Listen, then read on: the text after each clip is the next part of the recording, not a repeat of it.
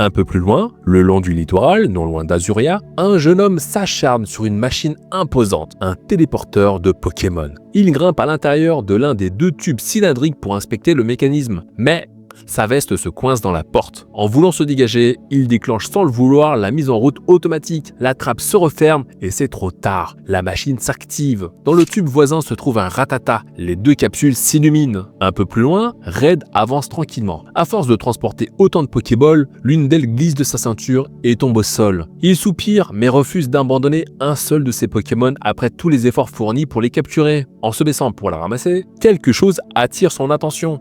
Un rondin de bois est tiré par une corde attachée à un Rattata. Mais ce Rattata a quelque chose d'anormal, son visage est humain. Red est figé, la créature parle. Elle se plaint de la difficulté à allumer un feu dans un corps de Pokémon, regrettant son ancienne condition humaine. Cette créature n'a pas encore remarqué la présence de Red. Il bouge et le Rattata se retourne. Leurs regards se croisent. Le Rattata, soulagé, explique la situation. Il commençait à désespérer de voir quelqu'un passer par là. Il se présente enfin. Sous cette apparence étrange se cache un chercheur spécialisé dans l'étude des Pokémon. Son nom est Léo et il vit dans une villa dans cette plaine. Mais il n'a pas le temps de finir son récit. Un rapace d'épic surgit, l'attrape comme une proie et s'envole aussitôt. Pour lui, ce n'est qu'un simple Rattata. Léo hurle à l'aide. Red réagit immédiatement. Il ordonne à Bulbizarre d'attaquer. Une attaque tranche-herbe fend l'air, mais le Pokémon volant prend encore plus d'altitude. Léo, ballotté dans les airs, critique la tentative. Pour neutraliser un Pokémon en plein vol, il faut d'abord bloquer ses ailes. Red grince des dents, mais obéit. Il ordonne à Tétard d'utiliser Laser Glace et à Pikachu de lancer Cage Éclair. Les attaques partent et frappent Léo en plein vol. Il hurle de douleur et insulte Red pour son manque de précision. Selon lui, il faut attendre que Rapace d'Épic se pose. Mais Red commence à fatiguer. Il court haletant, essayant de suivre le rythme. Puis, une idée lui vient. Pikachu bondit, un saut prodigieux bien au-dessus du Rapace d'Épic. Il lève les bras vers le ciel. Léo comprend trop tard. Il proteste, mais l'attaque est déjà lancée. Un éclair colossal s'abat. Le Rapace d'Épic est frappé de plein fouet et lâche sa proie. Léo chute dans un creux rocheux, tandis que l'oiseau s'écrase au sol. Red pense avoir gagné, mais le Rapace d'Épic se relève. Les ailes se déploient rapidement et préparent une attaque. Depuis sa position en hauteur, Léo reconnaît la posture. Il avertit Red juste à temps. L'attaque bec-vrille est imminente. Red place Tétard en première ligne. Le Rapace d'Épic fonce. Son bec transperce le corps du Pokémon. Pendant un instant, tout semble perdu. Puis Tétard disparaît. Ce n'était qu'un reflet. Le bec du Rapace d'Épic est gelé. Le froid se propage instantanément à tout son corps. Le Pokémon est figé, puis s'effondre lourdement sur le sol. La menace est neutralisée. Red souffle. Léo comprend alors la stratégie et Red admet que connaître l'attaque de son adversaire en avance est un sacré avantage. De retour dans la villa de Léo, Red relance la machine et les 2 tubes s'illuminent à nouveau. Cette fois, tout fonctionne. Léo réapparaît sous sa forme humaine. Red s'intéresse alors à la machine. Léo explique qu'il s'agit d'un téléporteur de Pokémon capable de les transporter instantanément sur de longues distances. Reconnaissant, Léo le remercie encore et lui demande enfin son nom.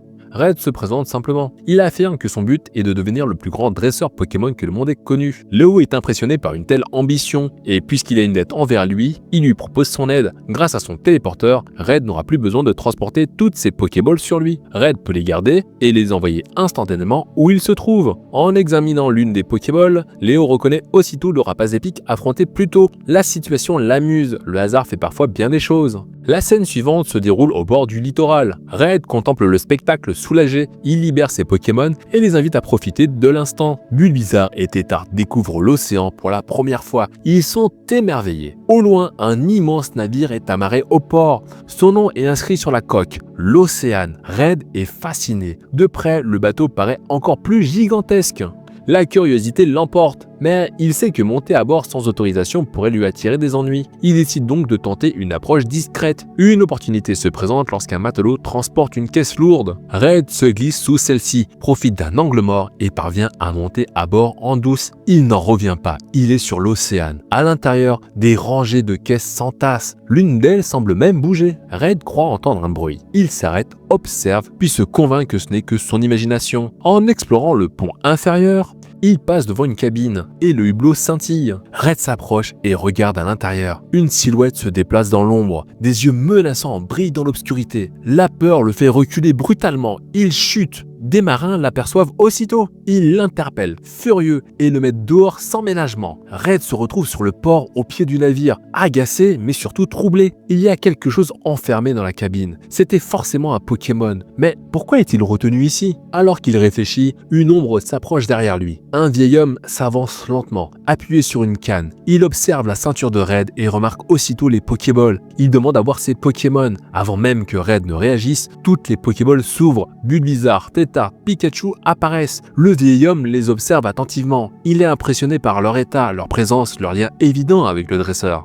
Puis, il annonce sa décision. Red est officiellement nommé membre honoraire du fan club Pokémon. La scène suivante se déroule à Carmin-sur-Mer. Le vieil homme s'arrête devant un bâtiment nommé fan club Pokémon et rentre dedans. À l'intérieur, la salle est bondée. Des dizaines de passionnés discutent avec ferveur, échangeant anecdotes et souvenirs autour de leurs Pokémon. Le vieil homme explique à Red qu'il se trouve au cœur du fan club Pokémon, un lieu réunissant les plus fervents admirateurs de ces créatures. Soudain, le vieil homme réclame l'attention générale. Il annonce l'arrivée d'un nouveau membre et présente Red à l'assemblée. Red tente de protester, mais il est déjà trop tard. Les membres s'extasient aussitôt devant Bulbizarre et Tétart. Ils sont impressionnés par leur complicité avec leur dresseur. Pikachu, lui, se fait dorloter de toutes parts, ce qui commence rapidement à l'agacer. Une jeune femme interroge Red sur Tétart. Il explique qu'ils voyagent ensemble depuis l'enfance, depuis l'époque où il n'était qu'un petit art. Leur lien est ancien et solide, mais surtout Red peut compter sur Tétart durant ses combats Pokémon.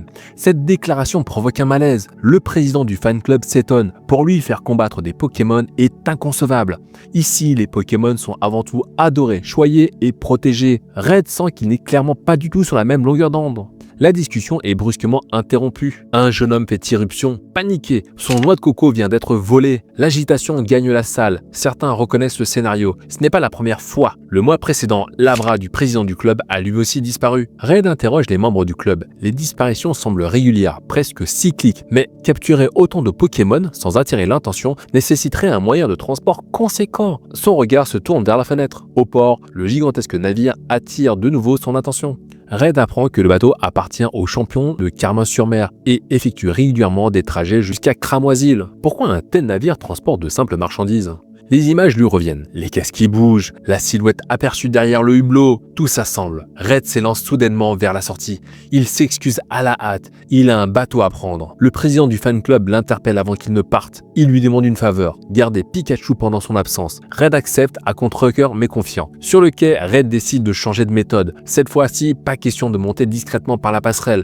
Il plonge dans l'eau accompagné de Bulbizarre et de Tétart. Grâce aux lianes de Bulbizarre, il parvient à grimper à bord. Il laisse son Pokémon à l'extérieur et s'enfonce dans les cales. Il fouille méthodiquement, mais il n'y a rien, jusqu'à ce qu'il aperçoive une Pokéball posée au sol. Lorsqu'il s'en approche, la sphère s'anime. Ce n'est pas une Pokéball, c'est un Voltorb. Le piège s'enclenche. De l'électricité jaillit, l'alarme est donnée. Red ordonne à Tétart d'intervenir. Un jet d'eau force le Voltorb à battre en retraite, mais quelque chose ne va pas. Tétart s'effondre. Red se précipite vers lui, inquiet. C'est alors qu'un rire résonne derrière lui. Il se retourne. Un homme se tient là, visiblement amusé. Il lui rappelle que l'eau est un excellent conducteur. Il se présente, c'est le Major Bob. Et selon lui, fouiller sur son navire est une très mauvaise idée. Red réalise trop tard la situation. Des Pokémon l'encerclent. Tétart est hors d'état de combattre. Pikachu n'est pas là. Et face à lui se tient le maître des lieux. Red est piégé. Mais ce n'est que le début. Pour découvrir les prochains chapitres, n'oubliez pas de vous abonner.